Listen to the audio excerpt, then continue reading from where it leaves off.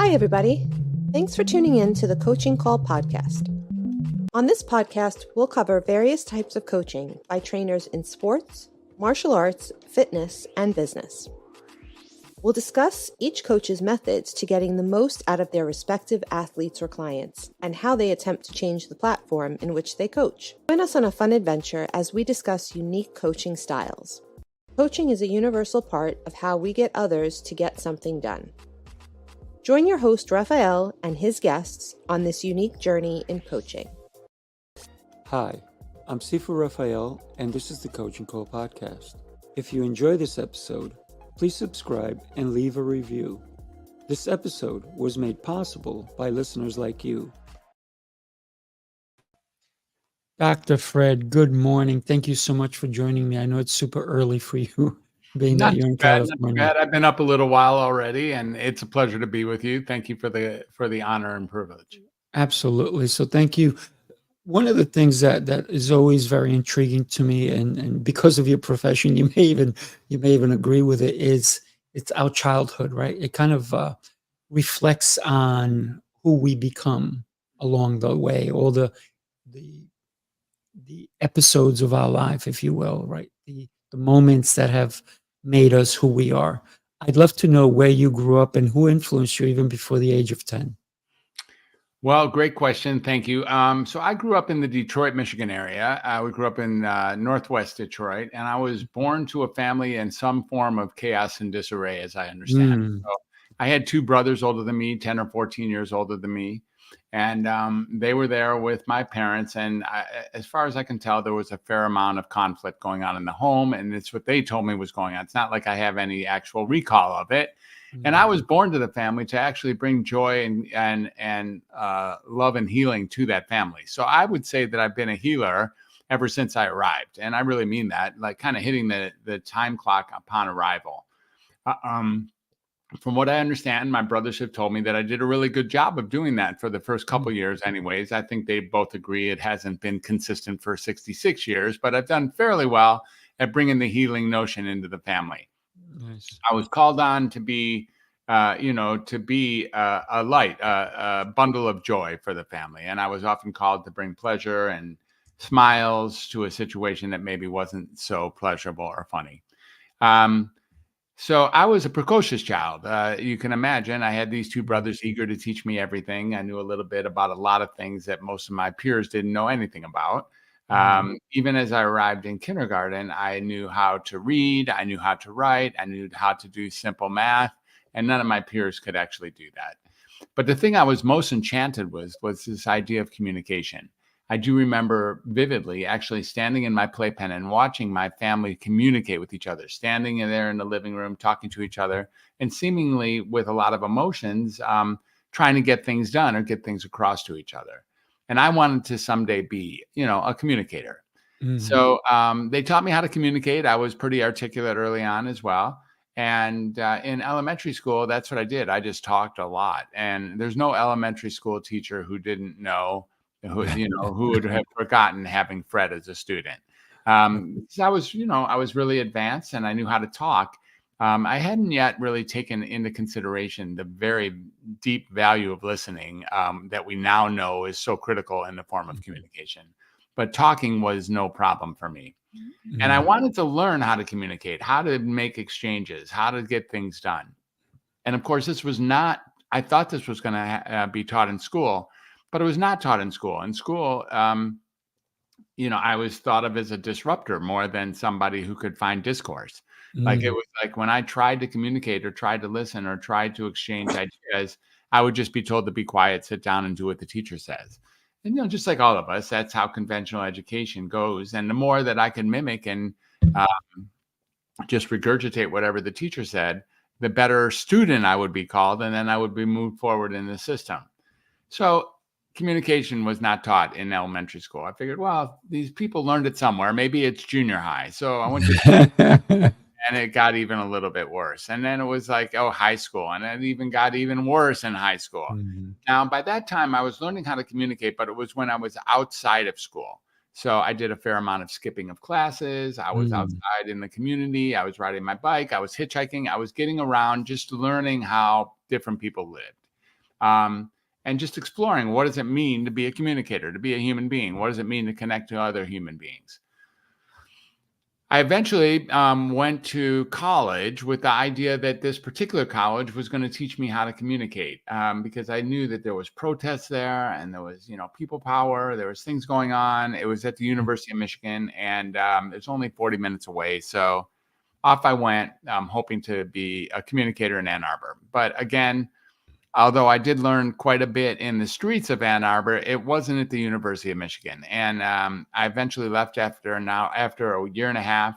I dropped out and I got on a bus, and I took a Greyhound across the country to Berkeley, and because I had heard that was a place I could learn how to communicate. So it was, I'm going to find out what my life is about through communication. And frankly, that summer in Berkeley was fantastic. It just was an unsustainable lifestyle. But I did find out a lot about myself that summer, and was eventually encouraged by my family to return to school. There was this new industry that was just bubbling up, and it was really important. And they thought I had the prowess and the expertise and the aptitude to take on this industry. You may have heard of the industry. It was called computers. And it was like, oh yeah, I could probably do that. And so all the way back to Michigan I went. That was the only computer in Michigan, was at the University of Michigan. It was a 2-acre facility that we just sat in all night long doing punch cards and batch jobs. And I don't know, that didn't seem like that was me either. So I only lasted a short time, and I had dropped out again. And came home and pledged to my family that there'd be no way in the world I would ever return to school, because that wasn't where the action was. Right. And my mom said, that's okay. You don't have to go to school for that, but you have to get a job. I was like, oh, so she got me an application for a civil service job at down the road in Pontiac, Michigan, where I could be a child care worker for adolescent boys at a state mental health facility. So that's what I did. I eventually got that job, expecting to stay just 3 weeks. You see, orientation was 3 weeks, and I thought I could be paid 40 hours times $13, 3 weeks in a row, get enough money, buy myself a car, drive around the country, and then figure out what my life was about. But on the 4th week, I was somehow encouraged to go to the floors by my friend Paul. And so we went to Meadowview together and met these kids. And I was entranced. It was like, wow, I can actually communicate here. I can be called on to communicate here, and I can get paid. If the better a communicator I am, the more fun I can have at work, and I can get paid for it. Like that works. Yeah. So I began to do that. I began to be a childcare worker, and over time, I got pretty good at it. And over the next 5 years, I stayed at the same facility over there in Pontiac, and eventually realized I didn't want to retire as a childcare worker. And I really hated the direction that psychiatry was going in. Prozac had not yet been introduced, but soon was to be introduced. And the whole idea now was just, chemical and physical restraints is what the psychiatrist at the facility was about. We would call him if Jimmy and Johnny got in a fight, or Tony was up too late, and he'd come down and interview the child for a few seconds and interview us for a few more seconds. Then he'd go in a nursing station, write some order, and then we'd have to go retrieve the child and hold him down and pull down his sweatpants a bit and give him an injection of some, stuporous producing cocktail. And if in fact he stayed in a stupor for the next 24 hours, we would call that, a success story. Now, what's interesting about that is that's still going on every single day in most hospitals around this country. It's not like that we've graduated from that. We don't really take that into consideration. We think we're sending people to the hospital because it's a safe place. But frankly, more often than not, it's the last thing from safe. But I couldn't stand that. That was barbaric. It was unacceptable. It was not something that I could actually tolerate. So I thought I would go back into school. My brother was already a psychiatrist, finish my degree, and become a psychiatrist so that I could bring communication into the field. And, frankly, with a fair amount of attention, and good luck and fortune and blessings, there I was completing my schooling in Wayne State University while I was still at this job, and then applying to medical school and getting into a great medical school in downtown Chicago, Northwestern University.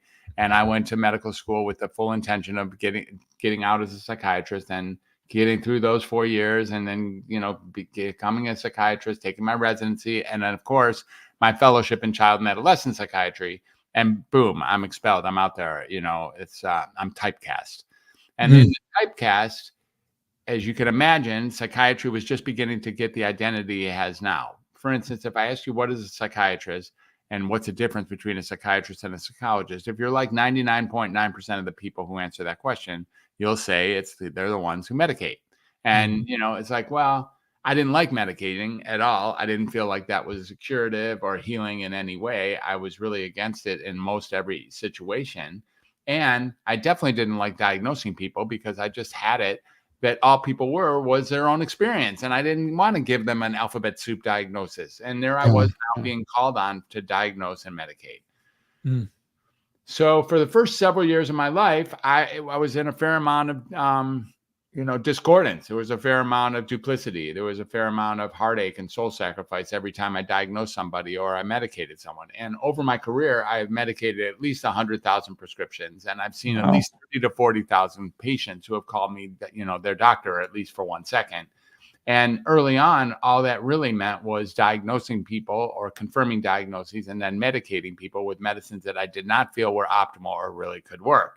And in most cases, I learned that they were doing the opposite. Now, I took an oath, and the oath. It's a Hippocratic oath, and it's a, part of the very famous part of that oath is, you raise your hand, you say, first do no harm. And I wasn't sure that I was living up to that oath. So I really wasn't sure at all. When I was writing those prescriptions, I wasn't sure that many of the times I wasn't actually hurting my clients. So in 2006, I decided I had had enough of that, and I began doing something that was thought to be fairly radical at the time. Although when you think about it, it's not very radical. And that was, I decided to take people off of medicine. And it was like, I can do that. If I can put them on, I can take them off. And I took my low risk patients off of medicine. And reliably and predictably and nearly uniformly and unanimously, each and every one of them got better, way better, and frequently lost their diagnosis entirely in the process. Now, this was an extraordinary finding, right? I mean, it was like, but not one I didn't expect, just extraordinary in its own right. It just flies against the industry standard or what we're thought the industry does. Let me interrupt you for a minute, because you've given us so much food for thought, and give you a chance to get a drink. One of the things that you said early on, that you were hitchhiking. Yeah, I like hitchhiking a lot. How old were you when you were hitchhiking? Because that, especially nowadays, can pose such a danger. There was no danger at the time. There was no danger. Yes. I'd never suspected any danger, and I got in with some shady people every so often, but I just put my thumb out after junior high. So I was in 7th and 8th grade is when I really started doing it. And I would just go wherever they took me to. I would just put I'd be on 11 Mile Road, and I'd just put it down. I want to go east. And if they took me all the way, to Mount Clemens, which was quite a ways down the road, I would go there. It was fine. Or I would get on Southfield Road or Evergreen Road and just put my thumb, decide which direction I wanted to go in, maybe pick a general location or a possible, a possible destination. But frequently I would just go just to be in the car with somebody, have conversations with somebody, and then be left off and find out what's going on in that part of the community. It wasn't, I get that's out of range of what the present world would have our general eighth graders do. But it is what I did to learn about people. Yeah, it's incredible when we can think about the way life has changed from it being okay to now it's super dangerous. I had a guest of mine. He was on, and he actually picked up someone, and they were on. And Nikki says that was brave of you, Dr. Fred, to make a decision to follow your gut to those people. Thanks, Nikki. And when we can consider this gentleman, he picked somebody up, and the guy stayed with him like 3-4 days, and it was like on the 3rd or 4th day, he was just traveling across the country.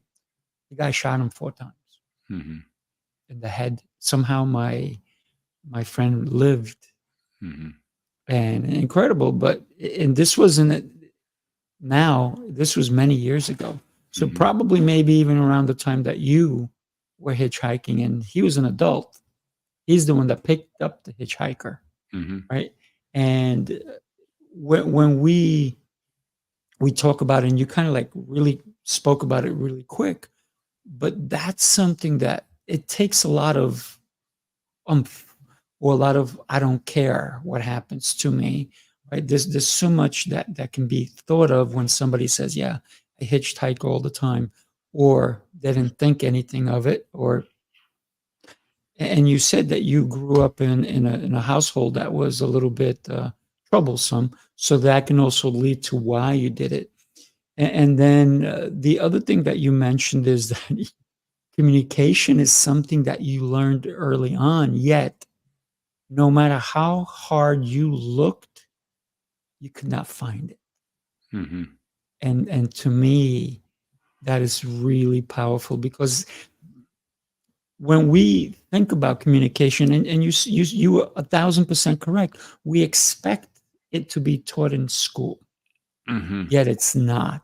And you looked at every school you went to, yet you still couldn't find it. I'd love to share a video with you on one of the things that we're doing here in New York. Take a look. In a world where words shape destinies and connections forge futures, this November 22nd to the 24th, Speaking Prowess brings you the ultimate hands-on workshop. We have a lineup of some of the most influential communication experts in the industry. These are the voices that will guide you on a journey to enhance your ability to connect, influence, and succeed. Sifu Rafael, master instructor and founder of Speaking Prowess, blends communication and leadership to help you reach your full potential. Richard Walsh brings his strategic and tactical expertise to deliver rapid, lasting results for your business. Dr. Oliver T. Reed, the international multi-best-selling author and motivational speaker, known as the Writing Coach, will help you craft your messages with precision. Jose Escobar, a nationally recognized speaker and leader, will guide you in mastering personal development and leadership skills. This is more than just an event. It's a game-changing, skill-building experience. Walk away with communication prowess that transforms your personal and professional life. Speaking Prowess, where communication becomes your superpower. Reserve your seat now. One of the things that you spoke about was not only communication, but connecting. You were connecting with people. And I think the best way to say that we can do that is through communication, right? For sure. Yeah. We don't have very many better ways to do it. And when we say communication, we're normally, diluting that down. We're normally, distilling that down to the vocality that we're doing here, the talking and listening. But there's actually many other ways to communicate as well. And we know those. The performing and the visual arts are spectacular ways to communicate, for instance, art, music, dancing, singing, drama, cooking, writing, gardening. Some of these things are really just terrific ways to get our point across. And sometimes, more often than not, we are really restricted by the linearity of language and the fact that we have to put words together, like beads on a string in order to get our ideas across, while we attempt to explain or at least describe what's happening in our life, which is multi-dimensional and multi-divergent. And then we take that and distill it down to words and then put it into a sentence without, just spontaneously hoping and praying and wishing that we're saying the things that we want to say about what our experience is so that the other person can hear it. And, communication like that is very limited in how we can really step into shared experiences. And shared experiences is what we're really talking about. And those certainly happen through the world of communication and connection. Is one of the things, and I love what you decided to do, is to take people off medication. And also, when you realize that the words or the commitment that you made, it says, I shall do no harm. Meanwhile, you did not feel comfortable with the prescriptions you were doing. And it was because that was, I guess, the teachings that go on, right? This is what you need to do. This A happens, you need to do B, right? But there's always a better way. And you found, I believe, the better way where, and I love the fact that you said they got better and are no longer diagnosed with that illness. Right. How did that make you feel overall? There was a lot of challenge, believe it or not, at the time because the industry is not geared to hear me. And so at the time, I was really wanted to get violent about it. I wanted to take people by their collars and throw them up against the wall and tell them to stop doing what they're doing. And they had no right to continue to hurt people or hurt the children of these people. And that, it wasn't really medications. Most people focus on that I took people off medicine, but really what I did is I took people off their diagnosis and I took them off of the assumption there was something wrong with them. Now, this is a much more powerful thing to do than to take people off of medicine. Taking people off of medicine when they're fairly certain or confirmed that there's something wrong with them only has the counteraction of people asking, what am I going to do then with my problem? What else can I take if I don't take medicine or something like that? And, over the next few years, after I got through that little violent stage where I wanted to scream from the mountaintops, I began to look at what is the entryway into this cycle that I can make a difference. And the entryway into the cycle has nothing to do with medicine. It has nothing to do with the diagnosis. It had nothing to do with the industry. It has nothing to do with big pharma, insurance companies, hospitals, doctors. It doesn't have to do with that. The big problem here is that people really want to know, they want to be confirmed that there's something wrong with them. And if we can get people to see that there's nothing wrong with them, you see that the whole cascade gets interrupted in that sense. As soon as someone realizes that it's okay to be uncomfortable, or as Krishnamurti said, that it's no sign of mental health to be well adjusted to a profoundly sick society, we start getting a real understanding that the whole cascade, the first domino, is this idea that people believe there's something inherently wrong with them. Now, what's really cool about that is that all of us believe that about ourselves. So it couldn't be a more, let's say, a more quintessential symptom to have of normalcy, than to think that there's something wrong with you. Why is that? Because we compare our insides to everybody's outsides, and we're pretty sure that they're getting along better in the areas of life that we're having trouble with. So there must be something wrong with us. In fact, not realizing that each and every one of us has that experience. 100% of all people, including monks in Tibet, have that experience. Everyone has that experience. Right. So it's very interesting. People, we're the only subspecialty, I learned over time.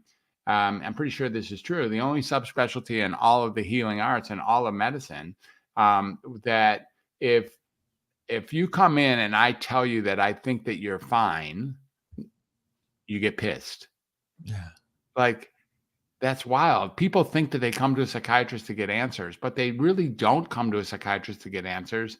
They come to a psychiatrist to get confirmation that there's something wrong with them.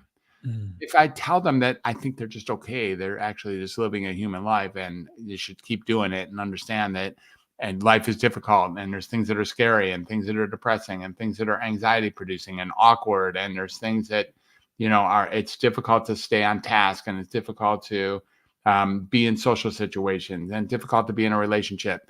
And all those things are really challenging for all humans of all types everywhere. Some people get really angry. They wanted a diagnosis. Yeah. And they're like, dude, if I wanted that, I wouldn't have come to a psychiatrist. I would have come to a philosopher or something. It's like, well, Right. and then they go next door and they get their alphabet soup diagnosis and they get the medications, they get their diagnosis.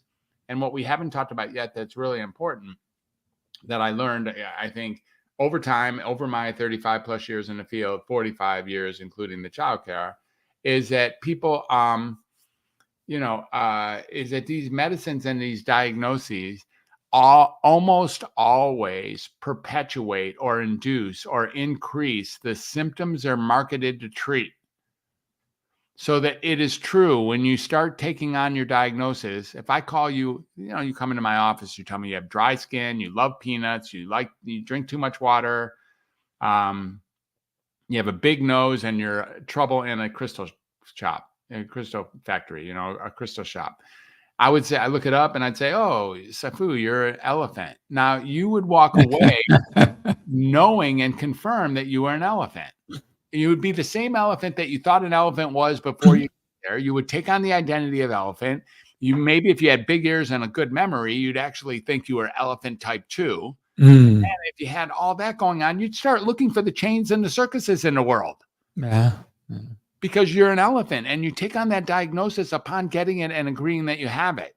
And everyone else calls you an elephant too, except for the people that don't believe that you're an elephant. And then you tell them, and they tell you, dude, you're not an elephant. You're just a human. And you say, you don't get it. I saw a specialist. He told me I'm an elephant. And in fact, you should get tested to be an elephant too, because I see that you have dry skin and your big nose as well. Yeah. And that's what psychiatric diagnoses go on. Now, the part that I mentioned, I think you'll find interesting, is when I really found, like, you really are giving someone an honest to goodness chemical imbalance when you give them a drug. It didn't have a chemical imbalance before you had them. You only added to it. Yeah. But we created it. We didn't just add to a previously conceived chemical imbalance. Maybe there wasn't one. But the whole idea of taking these chemicals is the notion that we're giving a chemical to counterbalance whatever so-called chemical imbalance or biological psychiatric diagnosis you have. And in fact, these medicines, by definition, by design, frequently actually induce, increase, perpetuate, or cause the symptoms they're marketed to deal with, which then has you asking the psychiatrist to do the only things that we were taught, which are to increase, add, or change the medicine. You don't hear reduction or eliminate in what we do, because it isn't what we do. We don't do that. Well, sometimes we reduce. If the side effects appear to be too large, we might lower the dose a little. But as far as getting you off of medicine once you're on, that is not in the actual contract. That's in the implicit contract. You come on, you get on medicine, we decide, let's see if this works. What you don't realize is if it doesn't work, we're going to try something else. Right. We're not going to back off and think that the medicines are actually a razor blade embedded in a Band-Aid. These medicines work like a razor blade embedded in a Band-Aid. You know, a Band-Aid with a razor blade in it, if you had a cut on your wrist and I gave you a Band-Aid with a razor blade in it, and you put the Band-Aid on, your cut would be healed for a moment. Like the blood would stop flowing for a moment. You know, there you go. It's like, well, it works. You covered it. You gave it, you made it safe. It's all good. And then sooner or later, the blood would start oozing out the side of the Band-Aid. And if you didn't know to look at the Band-Aid for a razor blade, you would think your cut got worse while you put the Band-Aid on. And the only thing you could do at that point that would make any sense was go get a bigger Band-Aid and cover the cut. That's a growing cut, and be happy with yourself for catching the cut early. You caught the cut early, right? So now you knew that Band-Aids were going to be your helping friend, and you're so glad you cut it when your cut was small. And what you don't realize is that the Band-Aid itself is actually increasing the actual condition. Yeah, this is really very big time and reliably. Now, sometimes it doesn't appear to increase the actual condition. It just creates another condition. So when it creates another condition, now you're getting on a different kind of Band-Aid with a different kind of razor blade embedded in it. And the cascade has started. So look, there's a real important disclaimer. I'm sure you have a really beautiful following. You're a great host, by the way. I love these questions. And the thing I really want to say to your listeners is there's a group of people out there who are really thrilled with the diagnosis that they have. And they love their therapist, and they love their treatment plan, and they love their medication, and they couldn't live without it. It saved their lives. It's exactly what they want. They wouldn't trade it for the world. Right? Well, those people should keep doing what they're doing. And I really mean that. I'm not here to argue with those people that they should stop doing what they're doing. If they're like thrilled and they wouldn't trade this life for any life ever, like this is the best it's going to get. If you reach that point anywhere in life on any particular subtopic that you have going on in your world, please stay doing that, because that's a rare find. We don't all get to places where I wouldn't trade this for the whole world. And if you found yourself there, that's great. And you should be happy. Yeah, you should. I'm more power to you. But I'm not speaking to that group directly today. I'm speaking to the hundreds of millions of people who aren't in that group. And there are literally hundreds of millions of people who aren't in that group, who are pretty sure that they're untreated, undertreated, overtreated, undiagnosed, overdiagnosed, misdiagnosed, etc. And that it's different than what they hope for. And they're disappointed or feeling like they're not getting the life that they wish they could have. These people, I'm saying there are better ways to deal with mental discomfort than coming through the conventional psychiatric or mental health system, which is built to actually create a perpetuating patient base.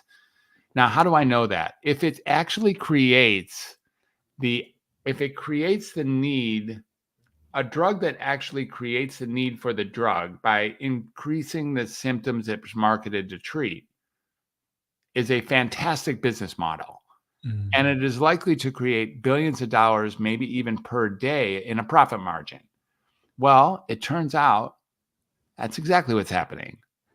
There's billions of dollars a day in profit margin in these pharmacies and in the industries, and people line up outside the door just wishing, hoping, praying that they can get their medicine early and for a lower price, and so that they can take it, so that somehow maybe they'll feel better. That does cause you to feel better for a brief time, and then it increases the symptoms.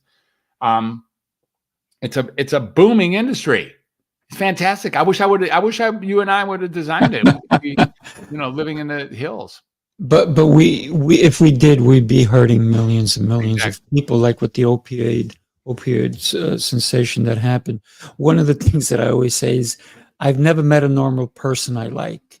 If they're a little bit crazy, then those are my people, right? Because it really, and you said we all, even the monks in Tibet, have had thoughts that are not the norm, if you will.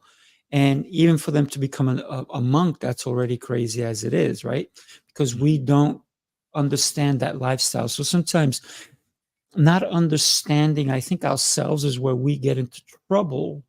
And I think that it truly happened with COVID. And you saw the spike in mental health in a negative way go up because people had to be with themselves. They couldn't socialize. They couldn't be the social animal that some were. Speakers all over the world couldn't go out on stages. People could not communicate with someone else. Divorce became very rampant, and then people even hurting themselves. And then it became also where people truly started turning to drugs, where it was either self-medicated or they went to the doctor, they had anxiety. I had one client of mine who, even till today, doesn't leave his house. This was a young man who was vibrant, he was outgoing, he was everything, and he felt the whole world closing in on him. And he went through several different doctors, and they all kept messing around with the medication. And all I kept saying to him is, I said, you have to relax, you have to breathe, you have to be you, and just believe that you're amazing. Don't forget everything you've learned in your life. And he's still going through this, and he's still trying to get different medications and different doctors and different beliefs. And I said, sometimes maybe you just got to do natural stuff. But that's not what my doctor wants me to do. My doctor wants me to go on this prescription and test this drug and do that drug and do this. So what are your thoughts on what happened to not only this country, but worldwide with the mental health epidemic, if you will, that it wasn't just COVID, it became bigger than COVID because of the way people were either treated or became secluded? Well, it's a little bit of a loaded, difficult question to take on. Yes, I'm aware.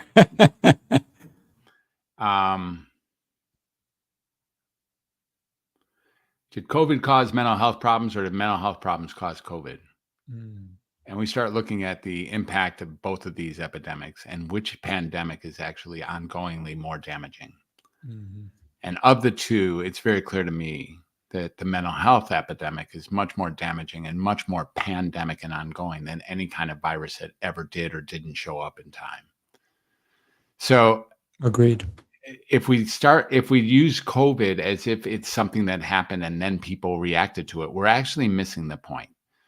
So the construct that COVID's there, and then we had a bunch of people react by contracting who they were as humans and reaching out for medicine, or beginning to drink, or beginning to be violent, or watching too much porn, or being connected to the internet, or whatever we did as a reaction to the COVID phenomena. We're kind of missing what's really there. So the mental health epidemic preceded the COVID epidemic by, I don't know, decades, probably since I've been in the field. And it's been growing as probably the number one killer. Although it's not called a killer, it's not even listed as a killer. It does kill all of our vitality. It does kill all of our aliveness. Once we get that explanation that there's something wrong with us, we walk around with something like, that wasn't me. That was my fill in the blank with a diagnosis. That was my ADHD. That was my bipolar disorder. That was my narcissistic personality. I'm on the autistic spectrum. I got PTSD. I got generalized anxiety. I got, schizophrenia, whatever people say they have. And they disown themselves. They actually pretend to be someone that they're not in order to protect the person that they are. So these people, once you get confirmation that there's something wrong with you, and you walk around with that prevailing conversation in your mind, you could say you die at that point. You could say the livelihood of that person actually dies. And it's not like dying is the failure of life. Dying is just a phenomena. It's just something that we're all going to face. And everyone before us who has died has done it pretty successfully. So we're probably going to be okay even when we die. Ultimately, everyone else has found a way to do it. And so, but we're so terrified of death, and that's really what a lot what COVID was. As soon as they amped up that it was a deadly virus, that's when people got really nutty about what that really meant, and how afraid they should be, and how much they should protect themselves, how vaccinated they should get, how masks they should wear, how far they should be from all other humans. What should they do, how to talk, what to say, what not to say, share your ideas, don't share your ideas, break up with your family, break up with your best friends because you disagree about this and that. And the damage that got done from that particular domino is extraordinary. But that particular domino wasn't the first domino of the domino run. And I would say, what we really have here is we have a mass psychosis that preceded all this, meaning a different sense of what reality is. Psychosis is a funny word because it assumes that we have an understanding of what reality is and that we're no longer doing that. But none of us have a very good understanding of what reality is. Even those people who are pretty sure that they think they know what reality is, they're probably the most dangerous of everybody. When you know that you know something, that's when it becomes really, really a challenge. So I hope I'm not, sidestepping your question. I'm just saying that, yes, my business increased with people seeking psychiatric assistance at what they thought was as a result of the COVID phenomena. But I could also make a pretty strong case that the COVID phenomena in its own self was created by the mental health crisis that preceded it, and it's been going on for decades. It sure has. Well, Nikki Gangemi says that years ago, she was given medication for anxiety. She took it and she could not function. Yeah. So her doctor told her it takes 2 weeks to acclimate. Yeah. But she followed her gut and threw away the pills. And then she found mindfulness. Yeah, exactly. And she's been good ever since. So no negative side effects either. When you find mindfulness. Nikki, thank you for sharing that, because that is exactly what Dr. Fred and I are talking about, is that I've never taken any medication. Even when I've had surgeries, they give me painkillers and all this stuff. And I'm like, you know what? If I feel the pain, that means I'm alive. I'm good. I'd rather feel the pain than, like you said, put a Band-Aid on it, because the Band-Aid does not take care of anything.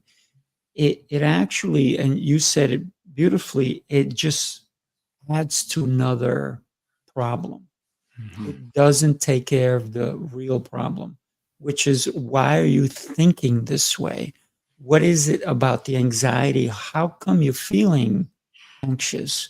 Let's go into what's really going on, so we don't get into the heart of the problem. And I think that's has happened, and you know this firsthand, to so many people, and why your practice shot up with clients, right? That's why everybody in the mental health world, their businesses went up. The bad ones probably went out of business. The good ones stayed in business. But do we have to rely on medication to become better? And what I love what you said is that when you first initially took your clients off, it was the ones that were with the less Low risk. medication, low risk, right? Thank you. And that made a lot of sense, because the ones that, if somebody has schizophrenia, and they're on medication, taking them off entirely off, is that going to fix it? I don't know. So that's a question for you. If somebody is on a medication for something that critical, how do we even deal with something without medication? Mm-hmm. Well, it's another really great question, of course. And the thing that's really interesting about being on medicine or being diagnosed with schizophrenia is even schizophrenia is a questionable diagnosis, a very questionable diagnosis. And I have to tell you that if you want to experience schizophrenia, just start taking the meds that they have. Mm. You will No, then thank get you. all the symptoms. Yeah, of No, course. thank you. And no doctors do it either. Mm. They're prescribing medicine that they wouldn't take on a bet. There's Mm. no circumstances that they would take the medicines that they're prescribing. And it's because inherently they know that it actually causes the symptom it's marketed to treat. So somebody who has schizophrenia pre-diagnosis, like pre-medication, is very, very rare. Mm. So they come in and they say the wrong thing to the wrong people. Now, we might call it intuition, or we might call it, we might call our voices like a guide or a spirit or an angel or God. But if you walk into an emergency room and you say you're hearing voices, you will be diagnosed with schizophrenia. I don't care who you are. Mm. And once you get that schizophrenia, they feel compelled and will medicate you and diagnose you and drop that into your chart, which you will carry around with you for the rest of your life without anybody having the guts or the wherewithal to ever take off that diagnosis. Mm. And in the meantime, start taking medicine for this thing that you called voices rather than intuition or angels or guides or God or those things, we all have it. Right. We all have those voices. How do I know that? Okay, let's say turn off your voice. Like, turn off your voice. It's not possible. That voice that's telling you that, what voice? I don't have a voice. Uh-huh. It says turn off the voice. He doesn't know. I don't have voices. My sister has voices, but I don't. That's a voice. Yeah. And if you walk in and say the wrong thing to the wrong people, if you go to a barbershop enough times, you get a haircut. You go to a police, if you're on the border and you're talking about, please don't look in my glove box for marijuana. They're going to look in your glove box. It's the same thing. If you walk into an emergency room and say that you're feeling paranoid, and sometimes paranoia is just correct. Like, are people watching you? Are people concerned about you? Are you being surveyed? Is surveillance around? Oh, yeah. Hello? Do you really think you're not being monitored? Or do you really think that there's no reason that paranoia is not real? Do you really think that they don't know every single thing about you, including the last thing you bought on Amazon at any given time and where in your house you are at any minute? Like, look, you could write me off as being crazy just for saying that until you really look at the reality. Like, it's not that hard anymore to just imagine that, let alone understand and just accept that that's what's happening. It is. It doesn't make you mentally ill to think that way. No, for example, the other day, my fiance is sitting next to me, and I said a couple of words to her. And then later on, she goes on her Facebook, she goes, "What? I didn't even put this in my, but here it is. It's showing up on my feed. I've never spoke. You told me those words." I go, "Yes, because your phone is listening to you." Yeah, She's like, "This is nuts." I said, "Yeah, well, that's technology." And before this technology was around, it was harder, but now it's super simple to be a little paranoid, right? Can we talk about a subject that has really touched so many of us, and it touched me when my next door neighbor many years ago, the 10-year-old kid hung himself. Yeah. On his it just pains me even to think about it. Mm-hmm. On his bunk bed. Mm-hmm. He was 10 years old, put a belt on the top one, and he hung himself. 10 years old. What is the mental community, in your opinion, doing to help people fight this idea of I'm not worth anything anymore, I might as well end my life? And it doesn't matter if it's terrible when it's a young person, but I've also known people in their later years. I've known people personally, and because one, his wife was cheating on him, another one because someone didn't love him who he thought that they should love him, and they only thought of him as a friend. It's so painful to see people when they think there is no other resort but to end it all. Mhm. Yeah, another delicate question. I appreciate it very much. And we don't really know what their last thoughts were. I've Mhm. never interviewed somebody who has actually committed suicide, Right. and it's not possible. So we don't really Right. know what the final thoughts were. We interject that afterwards, that it's because X, Y, or Z, this or that. They felt unworthy. They felt depressed. They felt rejected, or felt dismissed, or felt unloved. And we just assume that. Why do we assume that? Because we have the same experience when it happens to us. Mm. We consider the possibility that life isn't worth living. So we think that's obviously what happened to them, as if they're different than us. Right. But they're not different than us. That's how Not at all. we assume that we know what they had because we have had it. Mm. That is the only place that we could draw from, is our own experience, because none of us have ever interviewed somebody who successfully committed suicide. We have no idea what their last words were. We have no idea what their last thoughts were. We have no idea. No one has ever accurately, spoken to. Some people, I get it. Some people would say that they have, they met it in other realms. Okay, I give you that, but that's not what we're talking about here. So we assume this stuff because we also have passed through those gates. To pretend for a moment that you have never had the experience that life might not be worth living is not being honest at all. Mm. Mhm. Of course you have. Well, I've recently met a few people who actually failed at suicide. I understand that. One guy shot himself. He lived. Another guy tried hanging himself, and he thought it was it, and the thing broke. Yeah. And then he's like, "Oh my gosh, what was I Yeah. thinking? What was I doing?" So you're right. We don't know, and it was by luck that they're still around, Or not. or not. Depends on how you look at it. Yeah. But This is a hard world. This is a it's a extremely very hard hard world. world to deal with. And if it starts looking better to consider being over there instead of over here, I can't blame anybody. Mhm. The future is bleak. You can put on a pair. Like, do you want me to come up with 100 things to be terrified about in about 3 minutes? I could do it. Oof. Do you want to come up with 100 things to be really afraid of or to be really depressed about in the next 3 minutes? Let's do it. Yeah. How about being really nervous about 100 things? I could totally do it. How about places where you feel awkward or out of place? Can I do that? About 100 times. Oh yeah.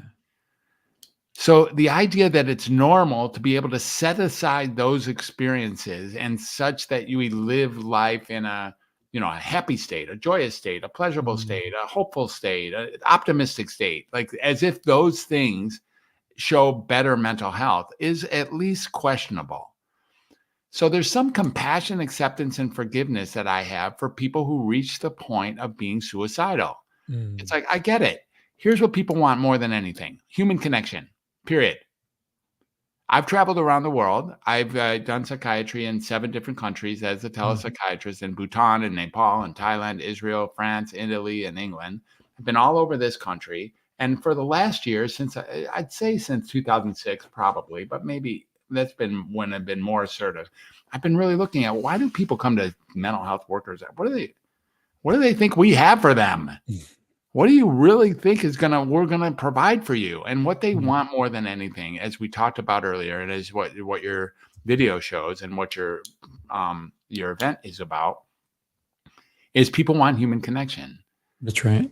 And so if you can catch somebody at that place where you can hear and be with and honor the pain that they have, That's where healing takes place, right at that very moment. Why do we feel terrible when somebody commits suicide? That's another really important question to ask. What do you think the super duper tragedy is of suicide? Why do you think that there was something wrong with them when they did it? These are prevailing conversations. It's not like I'm arguing with those facts. I've dealt with, thousands, if not tens of thousands of people who have been suicidal acutely or have recently tried and, we'll say were unsuccessful or uncompleted, because it's never really success. So they've changed that word to completed or incomplete. And, that's one of the ways to get yourself into one of these psych hospitals. Like, in fact, it's sort of like the way. The gold standard way to get into a hospital is to say you're suicidal. So if you walk into an emergency room now and you say life isn't worth living, you will be hospitalized. And you will be hospitalized and dropped with a diagnosis and given jolts of medications, which might, in fact, make you suicidal. Like, there you go. The industry actually perpetuates itself. So what people want when they say, I can't live anymore, I don't want to wake up, I don't want to walk out, I don't want to be with my wife, I don't want to be with my life in any way, and I want to commit suicide. The onerous, if not the courageous, and certainly the healing act that is being called for at that point is to connect. That person still might commit suicide, by the way. You don't get to prevent that.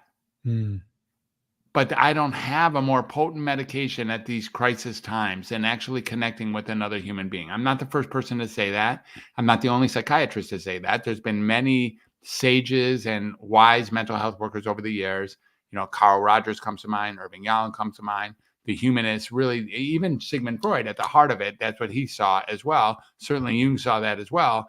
All of our forefathers in the world, forefathers and foreparents in the world of mental health, all knew that human connection was critical, but to treat it as the healing resource, I think not people are doing that anymore. Instead, people are assuming that, they come to a therapist who generally sort of agrees that your life is very troubling and you're right to be troubled. And that's how therapy works. And more often than not, almost like AI therapy, and I don't mean to diminish the power of therapy. I think in a good therapist's hand, very good work can be done. And in psychiatry, again, what you see, everyone punted up to a psychiatrist because so-called talk therapy, didn't work. And now we're going to get the big boomer in there and he'll diagnose you and medicate you and hopefully make you better, but at least take the responsibility off my hands. And he'll choose his medication based on the buzzwords that he hears. If you say racing thoughts or impending doom or panic attacks or whatever you say, they're trained. We are trained to respond with a particular diagnosis. We only need a buzzword. You think we're using 9 criteria to make diagnoses? No, we're not. No, we're not. We're hearing buzzwords and we're calling you that. You call me impending doom, I know what to give you. You call me racing thoughts, I know what to give you. You call me can't finish your task on time, I know what to give you. Awkward in a social environment, I know what to give you. And then I give you that, and it causes exactly that which you thought you were being treated for. And now your symptoms have gotten worse, and you get to be happy that you caught it early after all, and happy that you're finally being treated for something that's there. That's, it's a twisted system that, creates a pretty nice business model ultimately. Oh my gosh. So I teach martial arts also, and I teach it to kids and adults and so forth. I have a young girl, no names, of course. Her mother came to me and she said,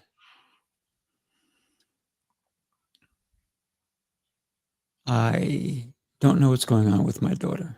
I said, well, tell me more. And she said, she has her own phone. And the other day I was checking her phone, and one of the calls that she made was to the suicide hotline. And I said, she did that? She goes, yeah, but she never told me she did that. I said, wow. I said, that is incredible. First, that she took action on her own behalf. I think that was powerful on her. And she didn't want to talk about it when her mom brought it up, but she was okay to go see somebody. Mm-hmm. Thank God they have not put her on any medication. If anything, I took it to my responsibility to always talk to her, to say how she's doing, what's going on in school. And lately, she's been more talkative. Mm-hmm. So the communication has been helping her. I also, I did a communication workshop for leaders, and I had her be part of it. Even though she didn't express much, at the end, she said she really, really enjoyed it. It helped her understand communication better. What happens to her now is that you can see that now she's more vibrant. She's talking to other kids. So she's coming out of her shell and she's seeing how she makes a difference by opening up a little bit. Now, I asked her mom not too long ago, I said, so tell me, how is she doing now? She goes, oh my God, she is happy. She's looking to do things. She's planning things. She's doing all these things. But in the back of my mind is exactly what you said. Even when somebody gets help, it doesn't stop them from eventually doing that last act.